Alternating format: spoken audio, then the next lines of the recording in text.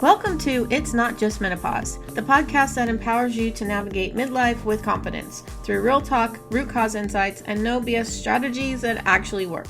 If you're dealing with fatigue, stubborn weight, brain fog, or just feeling off and overlooked, this show is for you.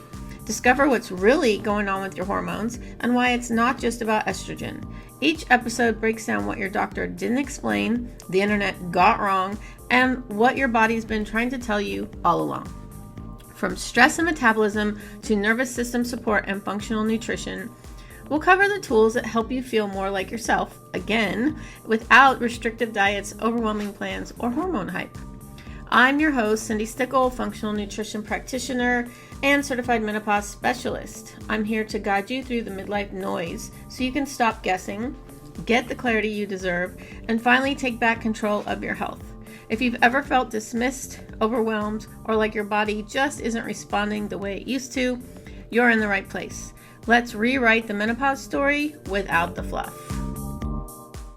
Hey everybody, welcome back to another episode of It's Not Just Menopause. I am recording this between Christmas and New Year's. It's dropping on Monday, December 29th, so the last Monday of 2025, hard to believe. And I am going to be talking about resolutions in perimenopause and menopause. So if you're listening to this, right when it drops or as January starts, you're probably feeling it, right? That low grade pressure in the air. Everywhere you look, it's about fresh starts, new habits, new discipline, new bodies, new goals. And if you're in perimenopause or all the way through postmenopause, that messaging can feel off. Not inspiring, not exciting, just heavy, right? Because you've likely done this before. You've set intentions, you've made plans, you've promised yourself, this is the year, right? And when those plans quietly fall apart a few weeks later, it doesn't feel, it doesn't just feel disappointing. It feels personal. Like maybe you should be able to try harder. Like maybe something is wrong with you. Like maybe you just don't have the discipline you used to. So I want to say this right up front.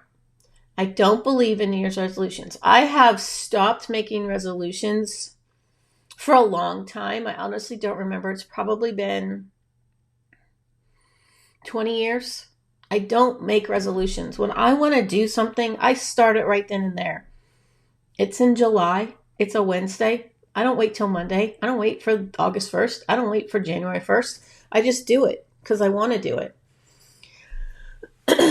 And even especially resolutions are not helpful for women navigating perimenopause through postmenopause, okay?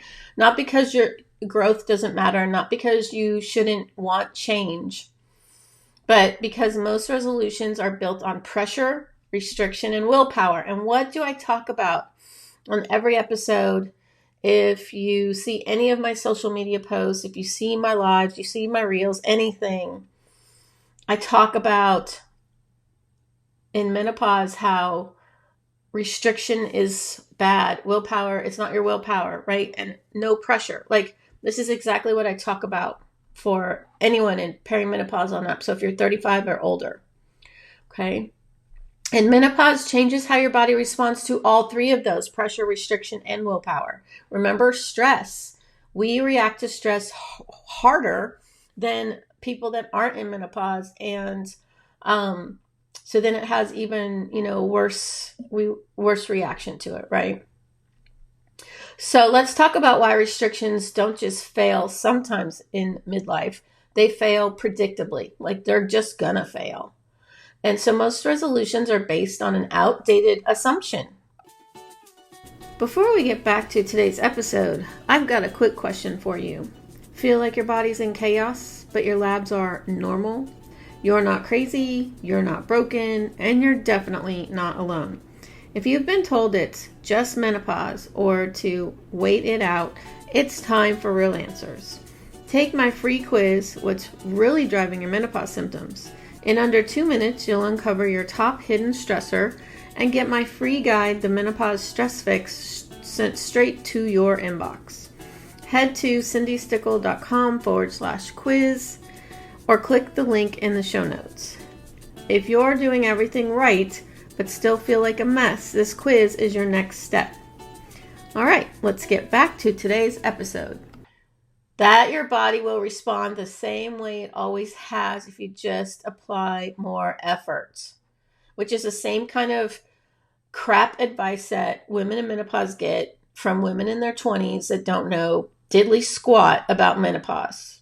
Okay, those influencers out there, don't listen to them. Just wait till they hit perimenopause and they'll realize what they were talking about was not even close. Okay. But perimenopause and menopause change the rules. Hormonal shifts affect how your body handles stress, which is also what I talk about. I'm not talking about just regular everyday stress, the hidden stress. It also is how hormones shift affect how stable your blood sugar is, right? I talk about insulin resistance in menopause. How restorative your sleep actually feels. It's usually not very good, right? How well you recover from exercise and how resilient your nervous system is day to day. So when January arrives, the plan is eat less, move more, be stricter, push harder. Your body doesn't interpret that as self-improvement. It interprets it as a threat. And there it goes back into or still in fight or flight mode. And it shuts down every system. So you're not losing weight. You're not digesting your food right. Your immune system is crap. It's just trying to save you from that threat. And when it does sense that threat, your body does not open up to change. It closes down. It shuts down, right? It holds on to that belly fat. It holds on to everything that it thinks it needs to be running away from this animal from thousands of years ago when it's not even that. But it doesn't know the difference between current 2025 stress versus 1,000 years ago stress. And then that's when we see stalled weight loss, increased fatigue, cravings that feel out of control, anxiety or inability, sleep that suddenly gets worse. And this is the part most women never get told. In midlife, willpower isn't the lever anymore. Physiology is. Okay? When your physiology is already under strain, piling on more demands is like trying to remodel a house during an earthquake. Your body isn't resisting you. It's protecting you. And it's also, I talk about that all the time. If you are new to me, go back and listen to a lot of my episodes this last year. Okay. So here's what January pressure actually does in menopause. Okay. It pushes women into subtle stress patterns they don't even recognize. Things like, I'll just eat lighter. I'll skip breakfast and see how I feel. I'll work out harder to make up for the holidays. I'll rest later. None of those sound extreme, but in a menopause body, they add up fast. Undereating spikes stress hormones, and it messes with your metabolism, especially if you've done it for decades, and I talk about this a lot. Skipping meals destabilizes blood sugar. Yes, you don't need those sugar spikes, right? Hard workouts on poor sleep drain recovery capacity.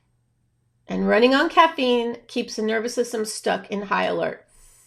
Caffeine is a stimulant.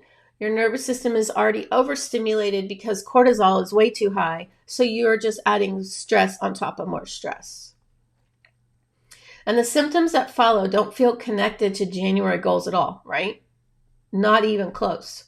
And they show up like this: crashing between 2 and 4 p.m., feeling wired at night but exhausted all day, bloating that feels random, brain fog that makes you question yourself, emotional reactivity that feels unfamiliar, especially during the holidays, right? And then comes the most damaging part. You start thinking, I must be doing something wrong. I should be able to handle this. Why can everyone else reset but me? Believe me, I've had those thoughts go through my mind within the last week or so. Still. And I even know that those aren't like true, but it's just human nature, right? And this isn't a motivation issue. It's a load issue. You can't regulate stress with more stress. You can't restore energy by demanding productivity. You can't heal a body that feels constantly under pressure to perform. Okay, so if resolutions aren't the answer, then what is? So instead of resolutions, I teach women to use anchors. And an anchor doesn't rely on willpower. They don't require perfection. They give the body something solid to respond to. So here is anchor number 1, stability before change. So before your body will change, it needs to feel steady or safe. Remember, I talk about that too a lot. And that means eating regularly, going to bed at roughly the same time, creating simple daily rhythms, not tracking everything, not optimizing everything, just consistency. If you do need to track your protein to make sure you're getting enough protein, yes, but it's not like you're weighing you don't have to weigh every single ounce of food right now. You just need to make sure that you are being consistent with what you are doing. And its stability lowers stress signals. And when stress comes down, the hormones can respond. Now, we are losing our hormones at this point, right? So sometimes the hormones won't respond just because we're losing them. Okay, and that's where, like, I'm on bioidentical hormone therapy. Things like that could be a tool, not a one-size-fits-all, not a one thing only to do. But you have to get your body safe. And when the hormones you do have left in your body, they will start to respond, okay? And this is why so many women feel better before they ever do more, right? Their body finally feels safe enough to exhale. So anchor number 2 is support over discipline. This is a big mindset shift. Instead of asking, how do I force myself to stick with this? Because if you have to force yourself to do anything, it's not going to work. I am a master level transformational habit change coach. I've had a lot of training on this. So I know that habits don't change when you force yourself. Like you have to set up a system. So ask yourself, what would actually support my body right now? And support might look like eating enough protein, right? Minimum 100 grams of protein, okay? Choosing strength over endless cardio. I do that every day now. I get the cardio from walking. I walk on my walking pad. I get a little cardio from my strength training, but I do the strength because you need to build that muscle. And muscle burns calories at night and fat and all that while you're sleeping, so you want more muscle. Backing off intensity temporarily, right? Because you don't have to be like on the go 1,000% all the time. Your body's not going to be able to handle it.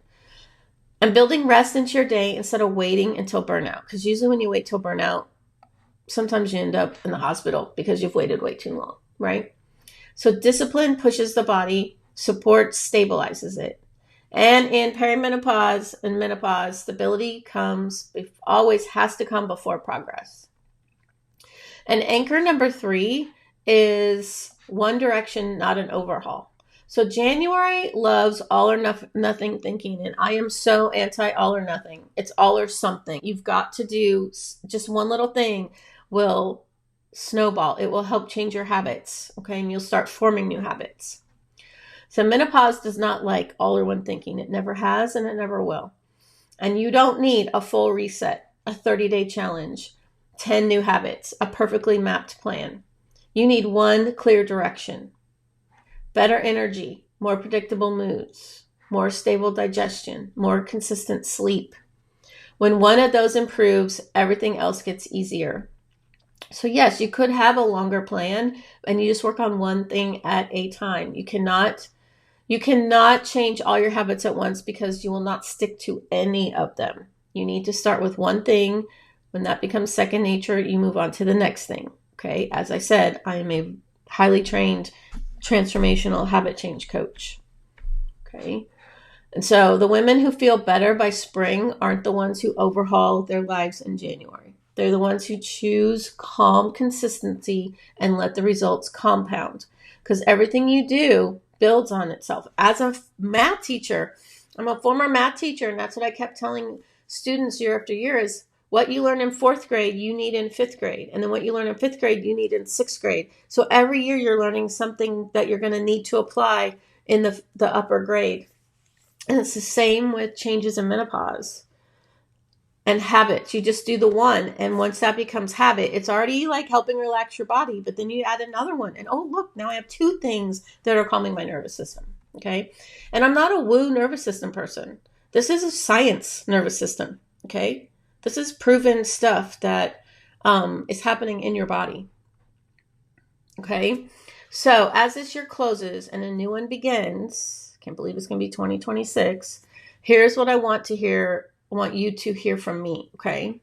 You don't need a new version of yourself. You don't need to prove anything. You don't need to punish your body into compliance. Your body isn't failing you.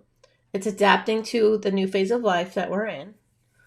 And the path forward in menopause isn't about control. It's about cooperation. Starting the year calmly, building support instead of pressure, choosing steadiness over extremes.